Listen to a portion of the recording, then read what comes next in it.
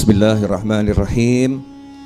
Alhamdulillahi rabbil alamin. Allahumma salli wa sallim ala sayyidina Muhammadin miftahi babi rahmatillah adada ma fi ilmillah. Salatan wa salaman daimain bidawami mulkillah wa ala alihi wa sahbihi. Allahumma salli ala sayyidina Muhammadin salatan taftahu biha lana futuhal arifin wa tufaqihuna biha fid din wa ala alihi wa sahbihi. Assalamualaikum warahmatullahi wabarakatuh. Alhamdulillah ketemu lagi sehat walafiat. Mudah-mudahan yang sakit jadi sehat, yang sehat gak kena penyakit, amin. Judulnya sore hari ini adalah Antara Corona dan Diriku. Ya, antara Corona dan diriku, judulnya itu. Sebelumnya saya mengajak semuanya baca sholawat Tibbil Qulub. Umat Islam itu di Indonesia mungkin punya nilai yang lebih dari banyak orang lain, karena di sini full doa. Ya, Indonesia itu full doa, doa dan doa dan doa. Apalagi kita punya sholawat Tibbil Qulub, sholawat Tibbil Qulub. Jadi kalau ada sakit itu ya sholawat. Sholawat itu obat untuk segala hal, ya, untuk segala hal. Udah hafal kan Tibbil Qulub? Kalau pakai lagu gimana lagunya Bu Seha walafiat itu yang paham lagu? Coba Bu Seha. Ini kan pengajian ibu-ibu, biar dikasih contoh. Allahumma sholli ala sayyidina Muhammad. Allahumma sholli alaihi. Allahumma sholli ala sayyidina Muhammadin tibbil qulubi wa dawaiha wa afiyatil abdani wa shifaiha wa nuril absari wa diyaiha wa ala alihi wa sahbihi wa sallim. Allahumma salli ala sayyidina Muhammadin tibbil qulubi wa dawaiha wa afiyatil abdani wa shifaiha wa nuril absari wa diyaiha wa ala alihi wa sahbihi wa sallim. Allahumma salli ala sayyidina Muhammadin tibbil qulubi wa dawaiha wa afiyatil abdani wa shifaiha wa nuril absari wa diyaiha wa ala alihi wa sahbihi wa sallim.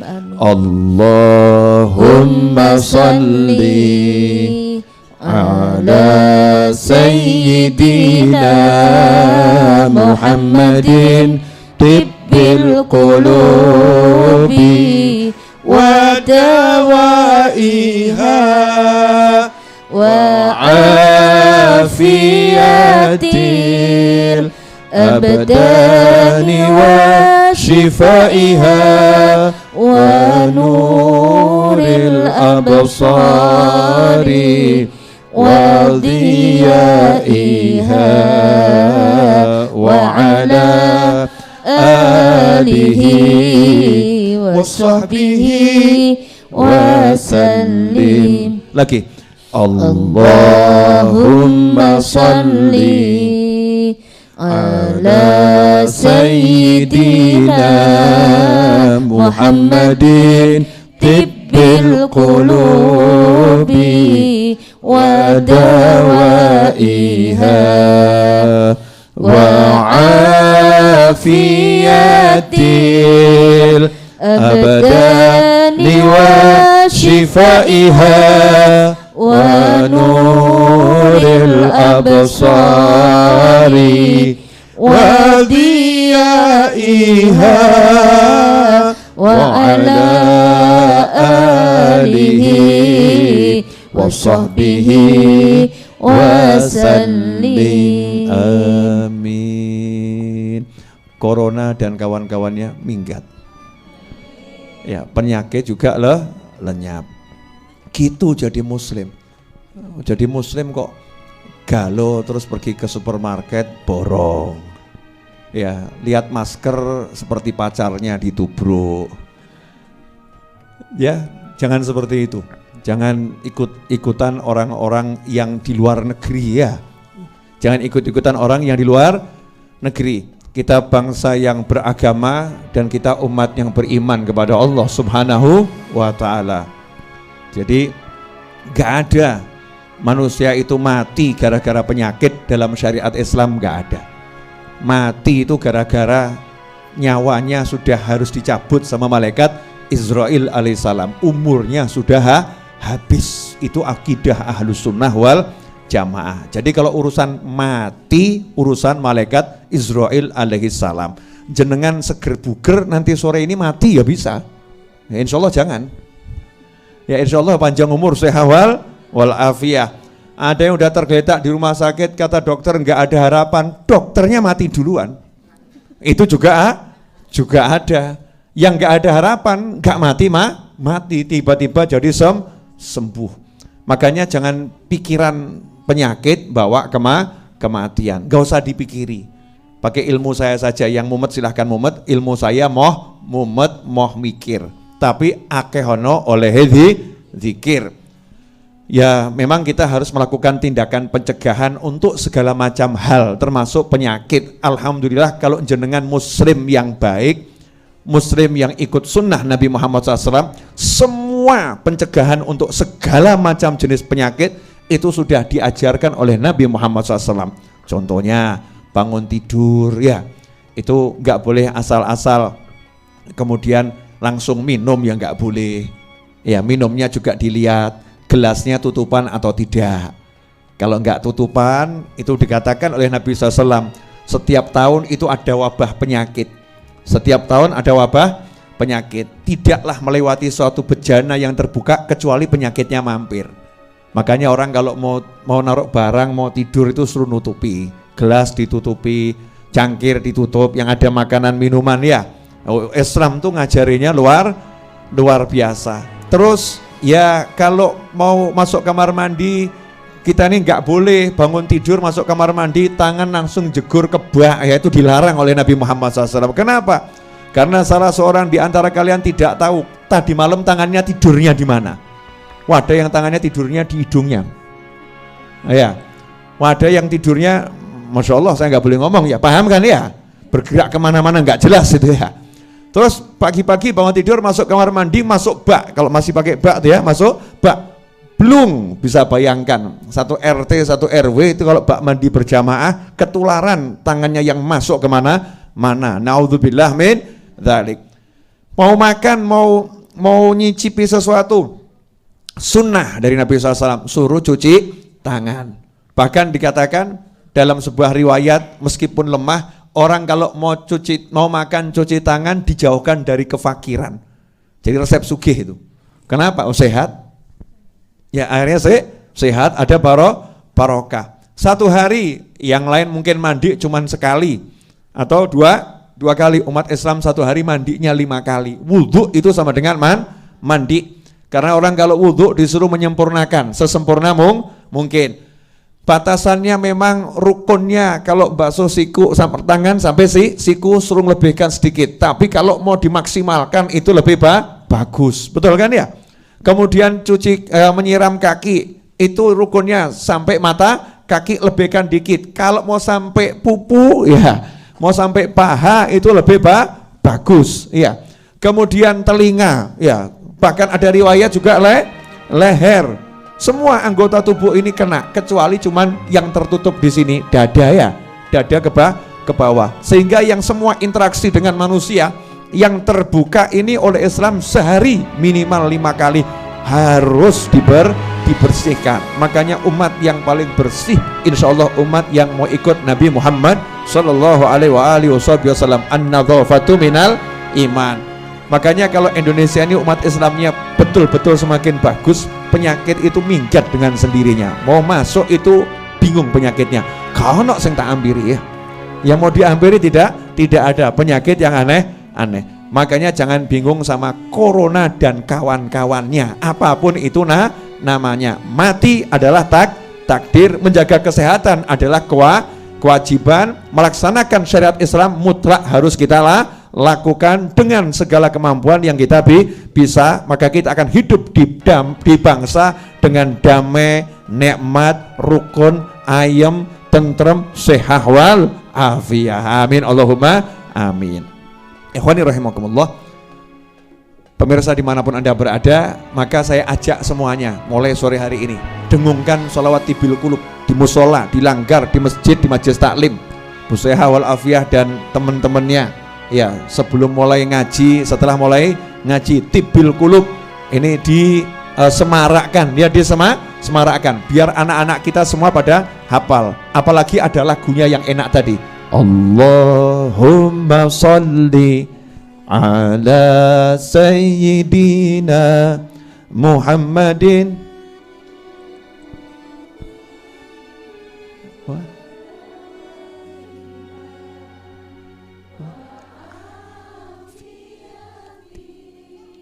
abdani wa shifaiha wa nuril absari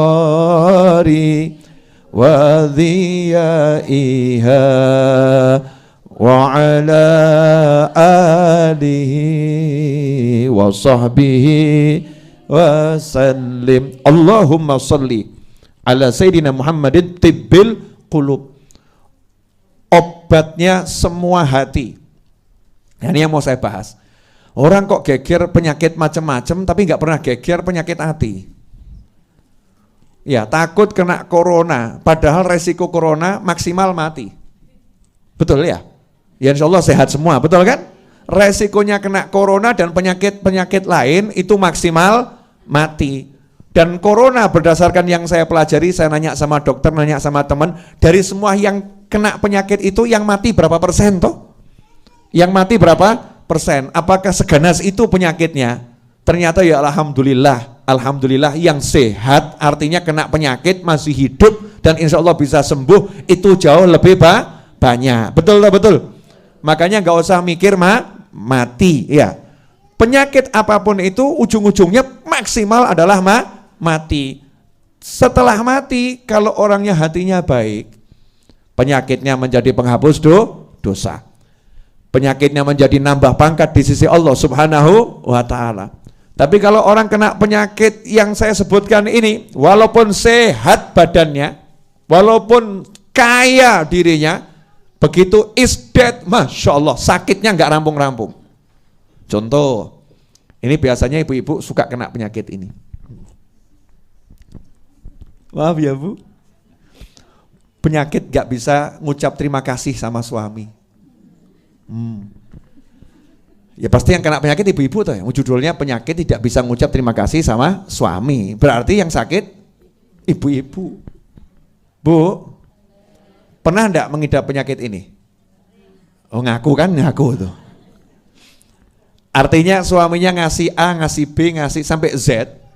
Itu kalau yang dikasih belum sesuai yang diinginkan, Jadi ibu pengennya kudung warna hijau, suami ngasih kudung warna merah, biru, hitam, ya, pink, krem, semua dikasih kecuali yang hijau. Apa kata sang istri? Kamu memang tidak pernah perhatian sama aku. Kamu pria yang tidak pernah berbuat baik kepadaku. Kamu tidak pernah mau belikan kudung untuk aku. Lah sak lemari ki kudunge sopo? Ini wanita model begini ada, ini ada nih, ada. Mudah-mudahan orangnya hadir, saudara-saudara. Ada.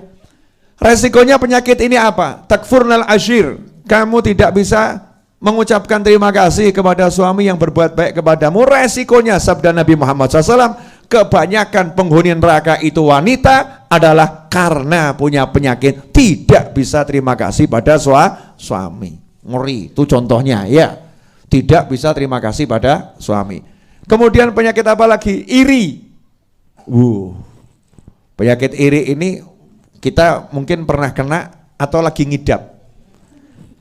Ya, mengidap penyakit iri.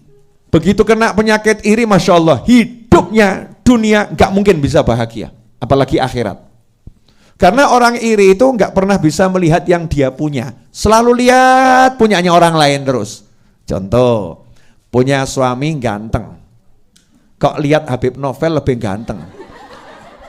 Masya Allah. Ya, terus iri, ya iri, ya kan? Iri sama suaminya orang lain ya, sehingga istrinya itu dielek-elek terus. Perempuan kok kayak gitu? Perempuan kok kayak gitu? Orang kalau udah iri mengerikan. Dia akan mencacat, akan mencela orang yang dia iri. Betul. Mobil contoh. Lah kebetulan ibu-ibu punya mobil harganya 50 juta. Lah kok tetangga ibu punya mobil harganya 500 juta. Ibu iri. Aku kok gak iso duwe sing kaya ngono. Saya kok gak bisa punya yang seperti itu. Yang muncul apa? Itu hasil korupsi itu. Warungnya pakai pesugihan itu. Itu orangnya pakai susuk itu. Oh, mungkin dia itu apa pelakor itu. Makanya bisa beli mobil seperti itu. Masya Allah, A sampai Z, mulutnya ngeluarkan hal-hal yang naudzubillah min dzalik. Itu kena penyakit iri. Di atasnya iri, lebih ngeri, dengki. Ya, dengki. Ada hasad, ada hikid. Ya, ada hasad, ada hikid. Kalau hasad itu iri, hikid itu dengki. Dengki itu apa? Dengki itu di atasnya iri, lebih dari iri. Sudah nggak seneng orang lain dapat nikmat yang lebih, pengen nikmatnya hilang. Contoh tadi, gitu ya. Contoh tadi, lah kok temennya punya suami lebih ganteng, ya itu iri. Terus plus ditungakno gendang mati. Mudah-mudahan suaminya cepat mati, biar tahu rasanya jadi janda, nggak punya suami. Masya Allah. Ini perempuan model seperti ini yang iri dengan model apapun tadi atau mobil, mudah-mudahan mobilnya itu ketiban watu remuk gitu ya. Mudah-mudahan masuk ke jurang ya, naudzubillah min dzalik. Menginginkan nikmat itu lenyap dari orang lain, itu namanya dengki. Bahaya itu. Dengki itu mengerikan luar biasa. Kemudian penyakit lagi, ini masih saudara semua nih. Rata-rata penyakit itu bersaudara. Iri, dengki itu ya, itu bersaudara.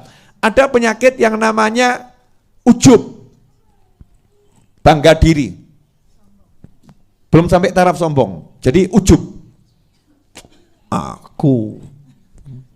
Tapi dia memunculkan akunya, nggak pernah lihat Allahnya, paham ya? Lihat kemampuan dirinya, saya kok, nggak lihat Allah. Kalau nggak saya nggak bisa, saya. Itu namanya ujub. Contoh, ibu pinter masak, ya. Kemudian kok nyuguhkan orang, orangnya seneng, nyugi orang, orangnya seneng, enak ya. Terus di hati ibu ngomong, memang aku jago masak, ahli masak, memang saya pinter masak. Tanpa merendahkan orang lain, ujub, berbangga diri, bahaya itu. Itu menghancurkan amal. Yang lebih parah dari ujub, sombong. Sombong itu bangga diri plus menghina orang lain. Plus menghina orang lain. Masaknya enak, oh iya saya, kalau dia nggak enak. Oh dia itu masaknya wah orang enak. Apalagi yang di pojok sana, nggak enak sambil duding gitu ya. Itu nggak enak itu. Merendahkan orang lain, an yakiro. Jadi merendahkan, menghinakan muslim yang lain. Itu adalah kesombongan dengan melihat dirinya yang punya kemampuan. Na'udzubillah min dzalik. Ada yang nanya, Habib, lah kalau saya bangga tapi karena saya bisa sesuatu untuk syukur boleh enggak? Nah ini bedanya tipis. Ada orang yang bangga tapi syukur. Kalimatnya lain, masakanmu enak, alhamdulillah, alhamdulillah saya dikasih Allah kemampuan masak, ya Allah terima kasih. Ya itu ke Allah subhanahu wa ta'ala. Itu yang namanya kalau kamu dikasih nikmat sama Allah, sebutkanlah. Wa amma bi ni'mati rabbika fahaddits. Itu bukan ujub, itu bukan sombong, karena dikembalikan pada Allah subhanahu wa ta'ala dan tidak pernah merendahkan orang lain. Nah penyakit yang saya sebutkan ini diantaranya, kalau kita kena urusannya nggak selesai dengan mati. Kalau corona dan kawan-kawannya dengan mati selesai. Tapi kalau penyakit yang saya sebutkan tadi itu mati nggak menyelesaikan, mati baru permulaan. Masya Allah. Langsung disambut sama malaikat mungkar wa nakir. Ngerinya luar biasa. Raqib dan Atid memberikan laporan. Nah, Raqib Atid ngasih laporan, mungkar nakir nyambut. Malaikat azab siap ngajar. Itu baru di kuburan. Keluar dari kuburan masuk alam kebangkitan. Dikasih tempat yang panasnya luar biasa, enggak dapat naungan. Dari kebangkitan dihisab, hisabnya itu akan berat, kemudian akan diseret ke neraka. Na'udzubillah min dzalik. Makanya ikhwani rahimakumullah, justru kita sekarang ini harus fokus sama penyakit hati ini loh, penyakit hati. Kalau hatinya sehat, enggak akan bingung dengan apapun. Ini sekarang karena hati banyak yang sakit, Masya Allah. Itu lihat orang jalan, di jalan tuh mungkin timbul su'dzon, gitu ya, prasangka buruk. Jangan-jangan dia kena corona tuh. Jangan-jangan itu yang di kanan saya kemarin dari mana ya? Jangan-jangan dia tertular, nanti nulari saya. Jangan-jangan ono wong watuk sidik. Ada orang batuk sedikit, wah virus corona itu. Disingkiri. Dijauhi, yang ada prasangka buruk. Na'udzubillah min dzalik. Bahaya ini. Muslim Indonesia nggak boleh begitu. Harus prasangka baik dengan kanan kirinya, depan belakangnya, atas bawahnya, semua diprasangkai baik. Tetapi kita kan waspada caranya jalankan sunnah Nabi Muhammad SAW. Itu namanya waspada. Waspada caranya baca doa. Waspada caranya baca sholawat. Waspada caranya hiduplah dengan gaya hidup yang sehat, makan saat lapar, berhenti sebelum kenyang. Itu ajaran Nabi Muhammad Sallallahu Alaihi Wasallam. Kalau terpaksa ambil paketnya orang awam, makan walaupun masih kenyang tapi nggak kekenyangan. Sepertiga untuk nafas, sepertiga untuk makan, sepertiga untuk minum. Itu cara makannya orang awam. Cara makannya orang-orang yang lebih khusus, kalau lapar baru makan, belum kenyang udah berhenti. Kalau cara makannya para wali yang tingkatnya tinggi, makannya cuman sesuap sebagai syarat nyambung kehidupan. Sebetulnya nggak makan pun kuat, tapi nanti kalau nggak makan itu syariatnya dilanggar. Syariat mau nyambung hidup harus makan. Luqaimatun yuqimna bihas sulbah. Dia terpaksa makan sesuap untuk syarat saya ini manusia, saya jalankan syariat, saya harus hidup. Dengan sesuap itu Masya Allah, satu hari kuatnya luar biasa. Seperti Imam Nawawi, seperti Imam Malik. Imam Malik rahimahullah itu cuman buka dengan secuil kurma, sahurnya dengan seteguk air. Ke toiletnya 14 hari sekali. Sementara kita ke toilet satu hari 14 kali. Masya Allah. Beda-beda tipis, angkanya sama kok. Ya angkanya sama. Dah itu bab corona selesai. Nggak usah bingung sama corona. Insya Allah nggak ada yang kena, amin. Kalau kena yang namanya muslim ya, kena itu nyantai-nyantai saja. Terus berpikir positif, insya Allah sehat. Mati wis wayahe, selesai. Kalau meninggal itu udah waktunya. Persiapkan diri. Setiap orang ini kan ngantri mati, toh nggak usah nunggu penyakit. Mau mati kok nunggu penyakit? Emang penyakit yang buat mati? Kamu, saya, kita ini semua lagi ngantri untuk dicabut oleh malaikat Israel alaihi salam. Itulah bedanya Indonesia dengan negara lain. Kenapa? Karena bangsa ini punya Pancasila yang sila pertamanya ketuhanan yang Maha Esa. Artinya dasar hidupnya, pola hidupnya yang menjadi landasan hidupnya adalah Allah Subhanahu wa ta'ala. Jelas semuanya? Apalagi muslimnya. Oh, itu secara umum saja harus Tuhan yang diutamakan, apalagi muslimnya. Dah cukup. Sekarang mau cerita yang lain. Oleh-oleh umroh, boleh ya. Oleh-olehnya diantaranya saya itu kan punya orang yang WhatsApp saya itu kan macam-macam, banyak. Rupanya itu mulai dari, kalau di Indonesia nggak usah dibahas, saya kan di Indonesia kan cukup terkenal, nggak usah dibahas.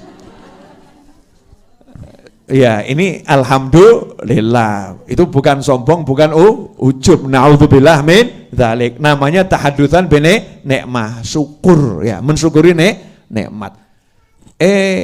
Landing di Madinah ya, masuk kota Madinah, Masya Allah, itu ketemu manusia yang ada ketemu tuh Habib Novel, minta foto. Habib Novel minta foto. Habib Novel minta foto. Ya. Dimanapun itu ketemu Habib Novel minta foto. Jadi saya senang, ternyata dulur kita banyaknya luar biasa. Artinya tayangan ini ditonton di mana-mana dan alhamdulillah memberikan manfaat. Di antaranya adalah yang selalu ikut donasi untuk Majelis Ar-Raudhah. Kadang donasinya itu kalau punya uang 100.000 ya 100.000. Kalau punya uangnya itu 200.000 ya 200.000. Kalau pas dia punya uang 10 juta yang ngasih 10 juta. Itu salah satu Habib ya, Habib Singapura sana, tinggal di Singapura. Marganya Al-Hasni. Ini insya Allah nonton nih. Ya, marganya Al-Hasni. Setiap bantu saya selalu mengucapkan tetap senyum Habib, insya Allah ketemu. 2 tahun lebih itu WA-nya cuman begitu. Ya, laporan ikut andil entah berapa yang beliau punya. Terus tetap senyum Habib, ya insya Allah ketemu.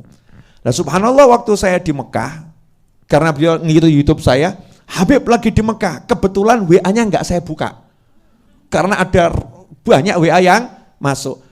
Pas saya selo tuh luang ya, waktu luang, ngomong Jawa yang ini ya, mau ngomong Indonesia agak harus inget-inget dulu gitu ya. Pas saya selo luang waktu, saya lihat WA, saya lihat cek, loh ini kok ada Habibnya WA saya, anak muda itu. Tapi saya nggak tahu kalau masih muda. Dalam bayangan saya itu yang WA mungkin orang sudah lebih tua dari saya. Saya buka WA-nya, Habib di mana? Saya lagi di Mekah. Itu 2 hari yang lalu. Tak jawab, saya ada di hotel ini. Alhamdulillah beliau masih di Mekah. Dan hotelnya satu gedung sama saya, beda hotel. Akhirnya ketemu, ya akhirnya ketemu. Singkat cerita apa? Jadi orang yang yakin insya Allah ketemu, itu anehnya ketemunya nggak di Solo, ketemunya nggak di Singapura, ketemunya di Mekah. Ya ketemunya di Mekah, di tanah haram, di tempat yang mulianya luar biasa. Makanya kalau punya cita-cita tuh jangan ragu. Masuk iya iso toh, mana mungkin? Ya apa betul nanti akan tercapai dan lain sebagainya. Itu yang pertama. Yang kedua, tawaf nih, ini kadang tawaf kita ketemu manusia macam-macam. Salah satu yang macam-macam, ketika saya tawaf wada, di samping kanan saya tiba-tiba Habib Novel, Masya Allah. Nah lanjutannya ini yang apa namanya, saya iakan keliru, nggak diiakan juga keliru. Habib numpang selfie. Ya karena mungkin takut saya salah hilang gitu ya, cepret gitu, saya ya sakarep, aku penting tawaf gitu ya. Dia mau motret terserah beliau cepret, saya langsung jalan. Itu di Mekah. Pasti Anda menunggu-tunggu satu hal yang nggak saya sampaikan. Mesti batin, aku mudeng. Ya buat para YouTuber yang suka komen saya dan nanya, Habib ketemu Habib Rizik atau tidak? Jawabannya, namanya sampai Mekah kan sudah lama nggak pernah ketemu, ya pengen silaturahim. Alhamdulillah saya ikut ngaji sama Habib Rizik, ngaji, cari ilmu. Karena beliau tiap hari terima tamu, itu puluhan bahkan ratusan terima tamunya disambut dengan baik. Saya dapat ilmu banyak, ya dapat ilmu banyak. Alhamdulillah beliau seger buger, insya Allah semakin sehat, ya semakin afiyah. Nah beliau buka pengajian ngajar. Yang diajarkan sekarang kitab Arba'in An-Nawawiyah, sama Habib Novel ya. Ngajar kitab Arba'in An-Nawawiyah. Beliau juga mulai majelisnya dengan sholawatan. Ya, dengan sholawatan. Baca sholawat dulu baru pengajian. Dan enggak lebih dari itu. Jadi yang diobrolkan adalah ilmu. Alhamdulillah saya bisa ngaji juga di Mekah. Yang ngajari guru saya Habib Rizik Syihab. Kan nambah ilmu, ngaji di tanah haram, pengajian. Kemudian di Madinah, alhamdulillah punya teman-teman mahasiswa dan yang sudah selesai kuliah di Madinah.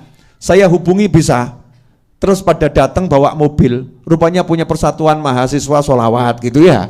Persatuan mahasiswa yang kumpul sholawatan. Ada yang punya mobil, Bib ada mobilnya. Ya udah, jadi nggak perlu cari taksi, nggak usah sewa mobil. Diajak keliling sama mahasiswa-mahasiswa itu tempat-tempat bersejarah. Terus saya pengen makan daging unta. Katanya itu daging unta kalau yang masak pinter enak. Akhirnya makan daging unta pakai nasi mandi, ya kapsah dan kawan-kawannya itu. Saya nikmati daging unta. Kemudian saya bilang sama mahasiswanya, pokoknya pesen yang enak-enak, saya yang bayar. Kaya. Begitu rampung gitu saya mau bayar, kata mahasiswanya, enggak usah Bib, hadiah dari kami. Terus saya bayang, saya ngomong kelasmu mahasiswa lu, gak dia duit awakmu, aku dia duit iki, ojo sombong gitu ya. Saya maksa, enggak, pokoknya saya mau bayar. Kata mahasiswanya, enggak Bib, kali ini kami mau ngalap barokah. Karena ini kami mau ngalap barokah, mau cari berkah. Jazakumullah khairan teman-teman yang udah jamu saya di Madinah dan dimanapun berada. Yang pengen saya sampaikan, banyak dulur itu enak. Makanya pesan orang Jawa, mangan ora mangan, yang penting kumpul. Betul kan? Artinya kamu punya duit, enggak punya duit, yang penting punya saudara. Nah ini penyakit corona ini mau membuat kalian jadi tidak bersaudara. Membuat kalian toleh kanan bingung, toleh kiri bingung, lihat depan bingung ya. Na'udzubillah min dzalik. Jangan mau dikalahkan oleh corona dan kawan-kawannya. Pokoknya kita hidup berbangsa, bernegara ya, dan saudara dalam seagama, harus saling menguatkan tali ikatan persaudaraan satu dengan yang lain. Hindari penyakit hati. Penyakit hati itu lebih cepat menular daripada corona. Ya, makanya kalau orang yang kumpul sama orang suka ghibah nanti jadi ahli ghibah. Orang yang kumpul sama orang suka iri nanti jadi iri. Orang suka kumpul sama orang sombong nanti jadi sombong. Karena manjalas janas. Siapa yang berteman nanti akan jadi sama. Duduk bareng nanti jadi sama, ketularan. Makanya kalau untuk urusan hati duduk pilih-pilih. Duduk sama teman-teman ngaji, insya Allah semakin sehat. Tapi kalau sama orang yang hidupnya cuma mencela, menghina orang lain, tinggalkan. Karena manusia itu banyak yang baik. Tinggalkan, jangan kemudian kamu hinakan. Jangan menghina, enggak boleh. Ya nyingkir saja. Ya nyingkir saja karena kita enggak mau terlibat penyakit yang sama. Tapi jangan kamu rendahkan. Itu orang sombong. Itu orang jelek. Enggak boleh begitu. Berarti kamu juga lagi sakit. Tinggalkan karena kita pengen jadi orang yang baik. Dan kita doakan mudah-mudahan dia juga jadi lebih baik. Dan kita ngomong seperti itu bukan merasa lebih baik, tapi karena kita merasa aku kotor, aku banyak penyakit, aku nggak pengen nambah penyakit. Dia mungkin sakitnya cuma satu, yang aku tahu dia sakitnya itu tok, sementara aku penyakitku udah 20, nggak mau aku tambah lagi. Dia lebih hebat dari aku lebih hina dan kotor dari dia. Jadi menyingkir bukan karena merendahkan orang lain, menyingkir tidak dengan menghinakan orang lain. Dan itulah banyak orang gagal. Ya, banyak orang gagal. Na'udzubillah min dzalik. Jelas semuanya? Jelas. Jam berapa ini Bu Seha? Alhamdulillah 5:30. Tambah dikit lagi boleh? Banyak juga boleh. Di antaranya saya bertemu dengan Habib Zain bin Ibrahim bin Smith. Semoga Allah panjangkan umurnya dalam kesehatan, ketaatan. Habib Abdul Qadir bin Ahmad almarhum Jeddah rahimahullah mengatakan Habib Zain bin Smith merupakan Syafi'i hadhihi ummah. Jadi pangkatnya seperti Imam Syafi'i rahimahullah karena ilmunya luar biasa. Habib Zain bin Smith, semoga Allah panjangkan umurnya dan segala kenikmatan ketaatan, banyak ngasih saya nasihat. Semuanya tentang ilmu. Tidak ada pangkat yang lebih tinggi daripada ilmu. Beliau ngasih contoh begini, ini bagus nih ya. Jadi biar yang nonton ini paham, saya ceritakan semua ya, semua perjalanan saya. Bukan satu orang, dua orang, banyak orang. Yang namanya ada ya saya sebut, di antaranya Habib Zain bin Smith. Kalau tadi Habibnya Singapura gak saya sebut, ya sengaja, privasinya beliau. Ya beliau gak ingin disebut namanya ya, gak ingin disebut namanya. Habib Zain perintahkan sama saya soalnya, sampaikan ke orang-orang, sampaikan ke orang-orang. Saya bilang saya punya majelis, ya sepekan sekali. Sampaikan ke orang-orang. Ini beliau mengasih contoh gini, kalau sekarang misalnya ibu-ibu pemirsa, ada kerabatnya meninggal, tinggalnya di Amerika, punya warisan 30 miliar buat Anda. Kira-kira berangkat marani atau biarkan saja? Ayo jujur. Punya kerabat tinggal di Amerika, kerabatnya meninggal, punya warisan 30 miliar untuk Anda. Tapi syaratnya Anda harus berangkat ke sana untuk mengambilnya. Berangkat atau gak paten? 30 miliar no. Berangkat atau gak paten? Berangkat, betul? Ya, duit loh nih. Rezeki dari Allah Ta'ala, hak halal. Itu halal. Betul ini, bukan palsu, artinya betul-betul warisanmu. Pertanyaan saya, kira-kira berangkat atau enggak berangkat? Jujur mawon. Berangkat ya, mengambil hak.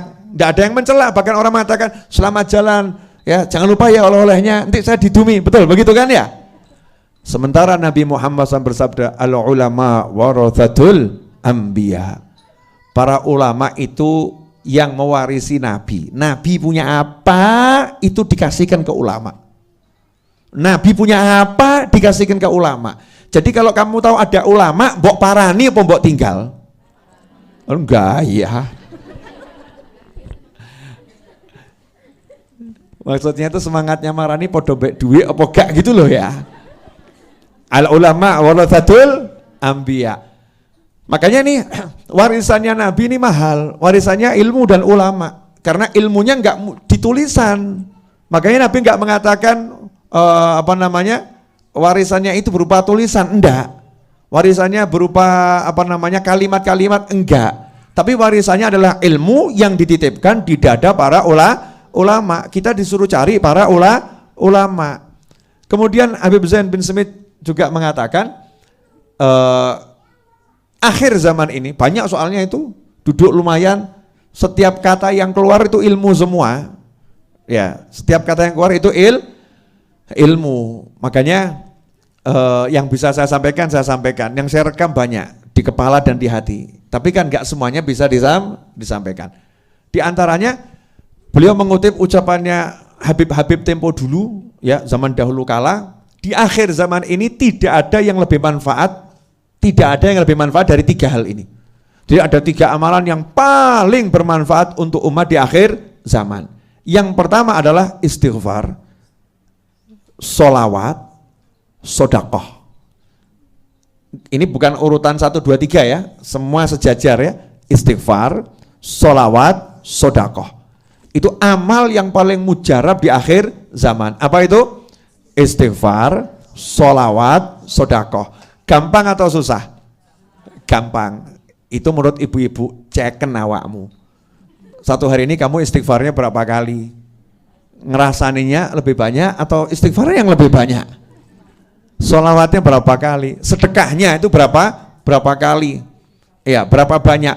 Jadi sedekah, sholawat, istighfar. Sedekah, sholawat, istighfar. Udah, apalagi ibu-ibu yang sadar diri umurnya 50 tahun ke atas. Jadi udah deket sama mati itu. Ya Bu ya, yang udah deket sama mati, bapak-bapak juga pemirsa, saya juga udah mendekati mati, udah 45 ya.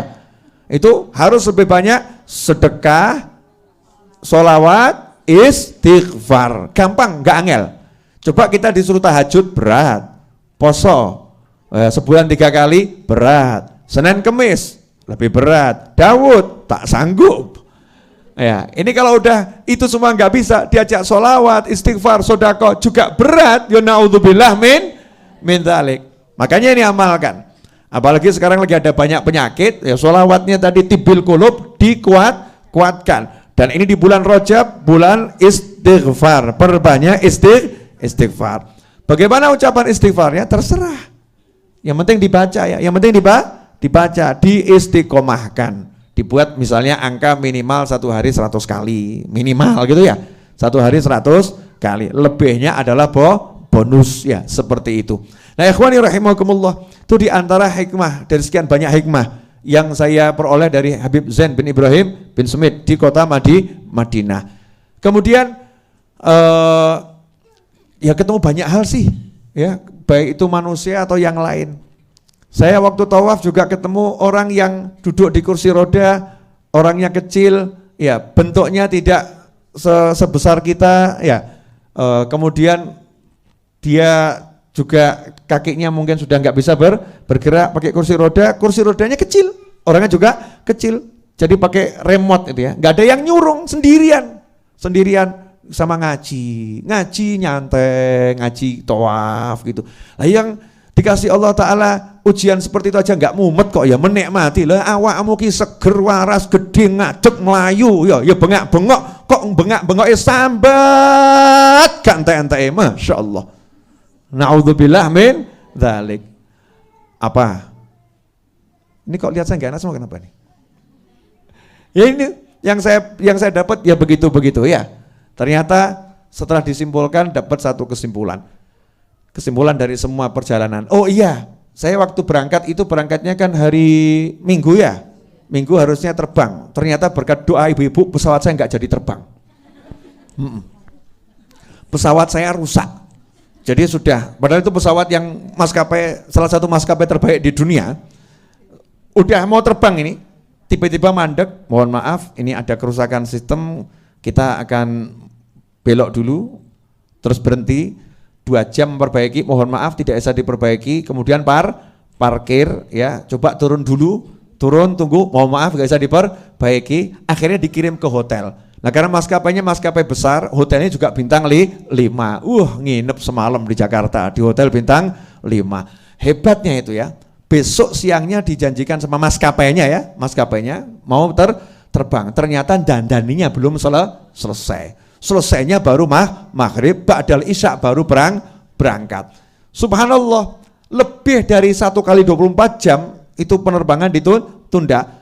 Itu seluruh jamaah umrah Indonesia yang ada bareng satu pesawat sama saya dari berbagai kelompok itu, saya ketemu orang-orang luar biasa. Gak ono sing sambat. Gak ada yang sambat, semua menikmati ya, semua nyantai, semua legowo ya, semuanya asyik. Coba kalau jenengan itu, iki piye karepe iki?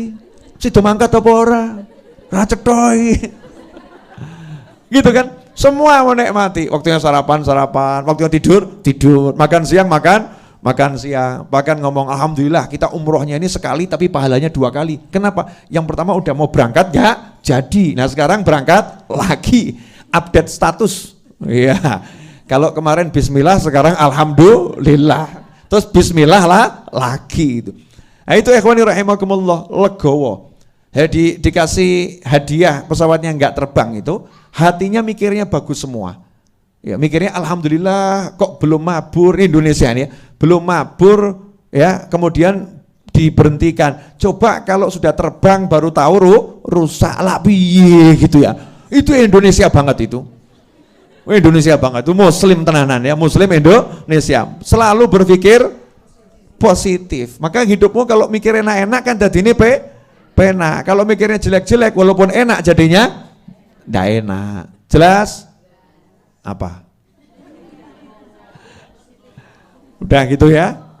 Jadi itu perjalanan saya mengunjungi bukan cuma satu ulama, ada beberapa ulama yang saya kunjungi. Saya juga ketemu dengan Syekh Abdurrahim Al-Banjari, orang Banjar yang tinggal di Mekah, yang nulis banyak buku ya.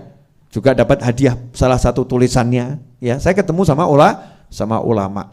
Saya juga ketemu di Madinah Al-Munawwarah dengan satu ulama dari Tarim Hadramut. Ketemunya ketika selesai dari sholat itu ya, tak lihat ini Hadramut Tarim ini wajah ulama, saya samperin gitu ya. Alhamdulillah juga ketemu ulama. Menyenangkan. Jadi kalau hati kita tuh ditoto enak, jadinya enak-enak saja. Terakhir, ibu-ibu pemirsa dimanapun Anda berada, insya Allah akhir April Pelunasan tanah itu wajib dilunaskan, insya Allah. Sampai hari ini hanya kurang 2 miliar rupiah. Ya, sampai hari ini hanya kurang 2 miliar rupiah. Yang mau ikut andil, silahkan ikut andil. Transfernya kemana yang mau transfer? Cek saja YouTube saya atau profil picture dari WhatsApp saya. Udah banyak itu saya share. Beb, saya nggak mau ikut andil duit, Beb. Ya, tapi mau dapat gantinya buku, silahkan beli buku saya. Ya, beli bukunya ada paket A, B, C, D. Yang A 80 buku, B 40 buku, C 20 buku, D 10 buku. Nanti bisa dicek di WhatsApp yang saya sebar luaskan. Habib, saya nggak punya duit, tapi saya punya doa. Wah, doamu lebih kebutuhkan dan duitmu bonusnya. Jadi kalau nggak punya duit, doa. Karena banyak doa-doa itu justru nggogroken duit dari langit, munculkan duit dari bumi.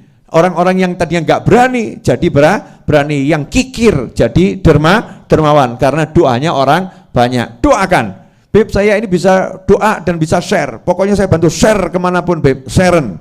Apapun yang kamu lakukan, fa'in ahsantum li anfusikum. Kalau kalian berbuat baik, kata Allah Ta'ala, kalian sesungguhnya berbuat baik untuk diri kalian sendiri. Karena yang balas bukan Habib Novel, bukan kawan-kawan yang di sini, yang balas langsung Allah Subhanahu wa Ta'ala. Balasan kebaikan adalah kebaikan dari sisi Allah Subhanahu wa Ta'ala. Demikian, semoga berkah manfaat. Mari kita tutup dengan sholawat Tibbil Qulub. Ini special edition ya, sholawat Tibbil Qulub. Ya pemirsa, Tibbil Qulub ajarkan kepada semuanya. Ya, ajarkan sholawat Tibbil Qulub. Mau dilakukan, nggak dilakukan, yang penting dibaca. Kalau ada orang nanya dalilnya mana, nggak usah dijawab, cukup Anda jawab dalilnya adalah Habib Novel Al-Idrus, selesai. Kalau kamu nggak percaya, silahkan datang ke Solo. Butuh penjelasan, datangi Habib Novel. Saya ajarkan Tibbil Qulub, saya tanggung jawab dunia dan akhirat. Jelas semuanya?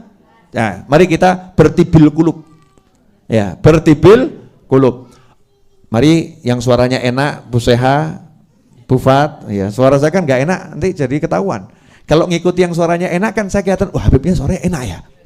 Pulang umroh kok suaranya jadi enak, padahal itu menyusup di antara suara yang enak. Monggo Bu Seha. Bismillahirrahmanirrahim.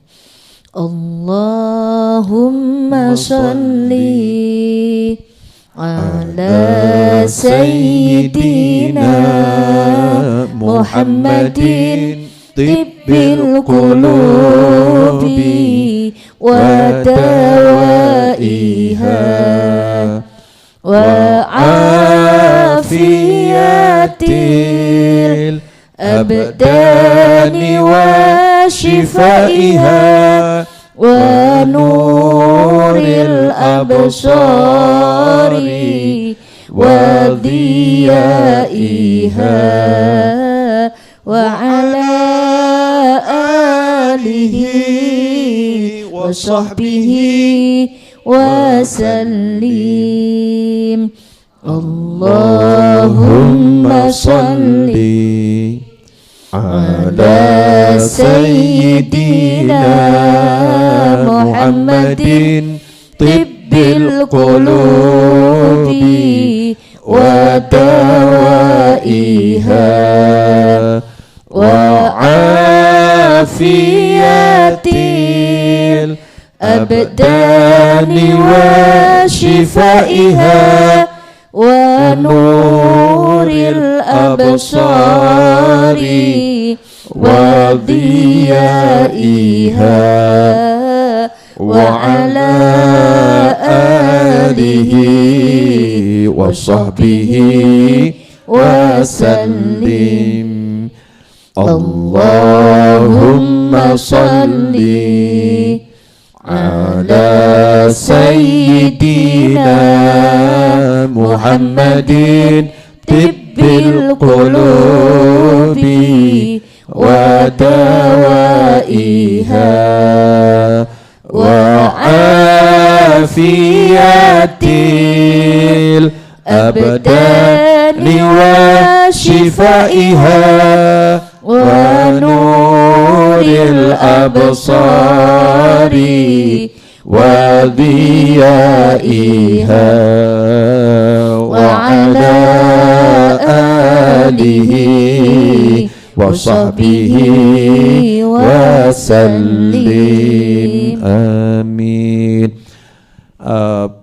Beberapa hari yang lalu salah satu sahabat kita, teman kita dan juga ustadz kita yaitu Dr. Hermansyah berpulang ke rahmatullah. Mari kita kirimkan Al-Fatihah untuk almarhum Dr. Hermansyah. Semoga Allah letakkan ruhnya di alam barzah sana bersama para nabi, para siddiqin, para syuhada dan para solehin, dan Allah jadikan kuburnya sebagai taman-taman surga. Allah ampuni dosa-dosanya, Allah terima semua amal solehnya, dan Allah jadikan keluarga yang ditinggalkan keluarga yang semakin taat pada Allah Ta'ala, keluarga yang diberi rezeki dari segala arah tanpa susah payah, keluarga yang diberi ketabahan dan kesabaran, dan dijadikan penyayang hati almarhum dunia dan akhirah, dan penyayang hati terutama baginda Muhammad sallallahu alaihi wasallam. Dan semoga Allah Ta'ala panjangkan umur semua kita dalam kesehatan, ketaatan, keridhaan, kebahagiaan, kesenangan, ketentraman, kenyamanan, dan setelah semua itu nanti Allah akhiri usia kita dengan husnul khatimah. Ala hadiniyah al-Fatihah. A'udzu billahi minasyaitonir rajim. Bismillahirrahmanirrahim. Alhamdulillahirabbil alamin. Arrahmanirrahim. Maliki yaumiddin. Iyyaka na'budu wa iyyaka nasta'in. Ihdinas siratal mustaqim. Siratal ladzina an'amta 'alaihim ghairil maghdubi 'alaihim waladdallin. Amin. Allahumma shalli wa sallim ala sayidina Muhammadin wa ala ali sayyidina Muhammadin. Rabbana taqabbal minna innaka antas samiul alim wa tub alaina innaka antat tawwabur rahim bi rahmatika ya arhamar rahimin. Wa sallallahu ala sayyidina Muhammadin wa alihi wasallam walhamdulillahi rabbil alamin. Allahumma salli ala sayyidina Muhammadin tibbil qulubi wa dawaiha